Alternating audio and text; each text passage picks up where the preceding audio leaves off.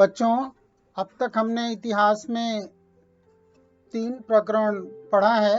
चौथा प्रकरण इस वर्ष सत्र 2020-21 के लिए नहीं है, इसलिए हम आज 5वां प्रकरण प्रसार माध्यम और इतिहास इसके विषय में चर्चा करेंगे। बच्चों, इस प्रकरण तक करीब 40% मार्क्स के प्रश्न बनते हैं, हमेशा आते रहे हैं। इसलिए इतिहास अध्ययन में नियमित वाचन बहुत ज़रूरी है। ये लेसन इस दृष्टि से महत्वपूर्ण है। प्रसार माध्यम और इतिहास, इसके अंतर्गत आज हम प्रसार माध्यमों का परिचय, प्रसार माध्यमों का इतिहास, प्रसार माध्यमों की आवश्यकता, प्रसार माध्यमों द्वारा प्राप्त होने वाली जानकारी का विश्लेषणात्मक आकलन और संबंधित व्यावसायिक क्षेत्र, इस संदर्भ में चर्चा करेंगे। आज हम 2 महत्वपूर्ण बिंदुओं पर चर्चा करेंगे, विशेष रूप से प्रसार माध्यमों का परिचय और प्रसार माध्यमों का इतिहास। प्रसार माध्यमों के बारे में आप सब जानते हैं, किसी भी घटना या कोई भी जानकारी को लोगों तक पहुंचाना, ये प्रसार माध्यमों का कार्य है। अभी तक प्रसार माध्यमों के अंतर्गत हम जरा यहाँ जो दिया गया है प्रश्न विचार करें। मुगल शासन काल में बिहार में अकाल पड़ने पर अकाल का समाचार दिल्ली में किस प्रकार पहुंचता होगा? फिर उस समाचार पर विचार विमर्श होकर दिल्ली मुगल शासक जो उपाय योजना करते होंगे, वह उपाय योजना बिहार में पहुंचने के लिए कितना समय लगता होगा? बच्चों, आपने कक्षा 7वीं में मध्यकालीन इतिहास के बारे में पढ़ा है। आप याद करें, वहां पर आपने मुगल काल के बारे में पढ़ा। मुगल बादशाह सम्राट अकबर ने रास्ते के दोनों तरफ छायादार वृक्ष लगवाए, जगह जगह सराय और धर्मशालाएं खुलवाई थी। और उस समय बादशाह के सेवक या उनके जो कर्मचारी होते थे, किसी घटना या किसी संदेश को लेकर के एक स्थान से दूसरे स्थान तक जाते थे, तो ये लंबी यात्रा होती थी, इसमें लंबा समय लगता था और इन सरायों या धर्मशालाओं में वो ठहरते थे और इस प्रकार यात्रा चलती रहती थी। इसमें काफी समय लग जाता था। खास तौर से उस समय बैलगाड़ी, घोड़ा का इस्तेमाल किया जाता था।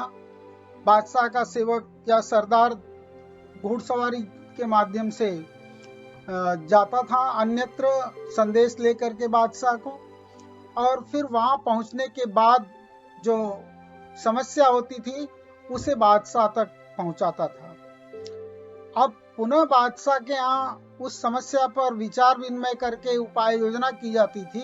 तो आप समझ सकते हैं कि इसमें कितना समय लगता रहा होगा। आज ऐसी बात नहीं है। आज तो प्रसार के तीव्रगामी वाहन है। अतिशीघ्र क्षण भर में कोई घटना संसार के किसी कोने में घटित होती है तो उसकी सूचना पहुंच जाती है।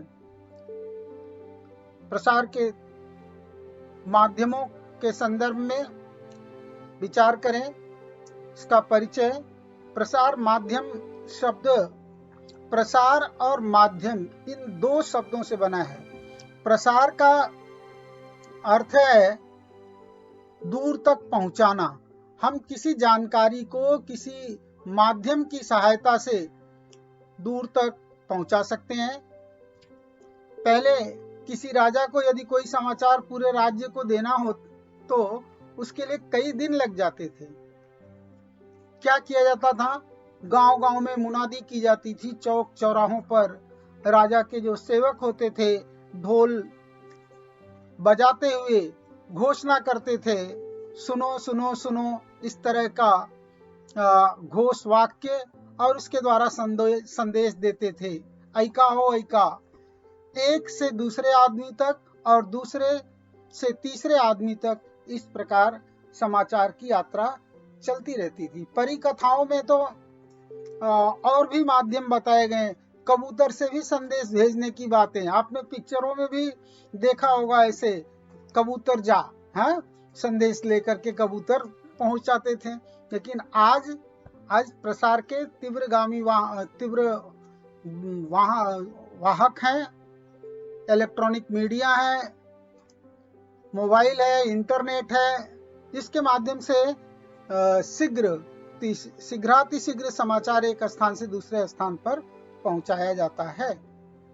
आइए जानते हैं प्रसार माध्यमों का इतिहास। भारत में अंग्रेज व्यापारी के रूप में आए और उनके आने के पश्चात यहाँ पर समाचार पत्रों का प्रारंभ होता है। 1453 में मुद्रण कला का आविष्कार यूरोप में हुआ, लेकिन भारत में अंग्रेजों के आने के बाद छपे हुए समाचार पत्र जो है सर्वत्र पहुंचने में सहायता हुई और इस प्रकार से समाचार पत्र सूचना और ज्ञान प्रसार का एक साधन बना। आसपास घटित होने वाली घटनाएं, महत्वपूर्ण जानकारियां, ये समाचार पत्रों के माध्यम से एक स्थान से दूसरे स्थान पर पहुंचती थी। समाचार पत्र किसे कहते हैं, जाने इसे। समाचार पत्र उस प्रकाशन को कहते हैं जिसमें मुख्य रूप से समाचार, संपादकीय लेख, लोगों के विचार, विज्ञापन, मनोरंजन और अन्य पूरक पठनीय सामग्री का समावेश रहता है तथा जो नियमित समय पर और नियमित रूप से छपकर वितरित किया जाता है। तो इस प्रकार से समाचार पत्र उस प्रकाशन को कहते हैं जिसमें निश्चित समय पर और नियमित रूप से छपी हुई सामग्री सर्वत्र पहुंचाई जाती है। समाचार पत्रों में स्थानीय समाचार, देशांतर्गत तथा विश्व स्तर के विभिन्न समाचार पहुंचाने के कार्य होते हैं। वर्तमान घटित घटनाओं को अंकित करने वाला समाचार पत्र अर्थात एक ऐतिहासिक दस्तावेज है। तो बच्चों, राजशाही शासन में समाचार पहुंचाने के लिए मुनादी की जाती थी या एक स्थान से दूसरे स्थान पर पहुंचाने के लिए समाचार को एक से दूसरे व्यक्ति और दूसरे से तीसरे व्यक्ति तक समाचार पहुंचते थे।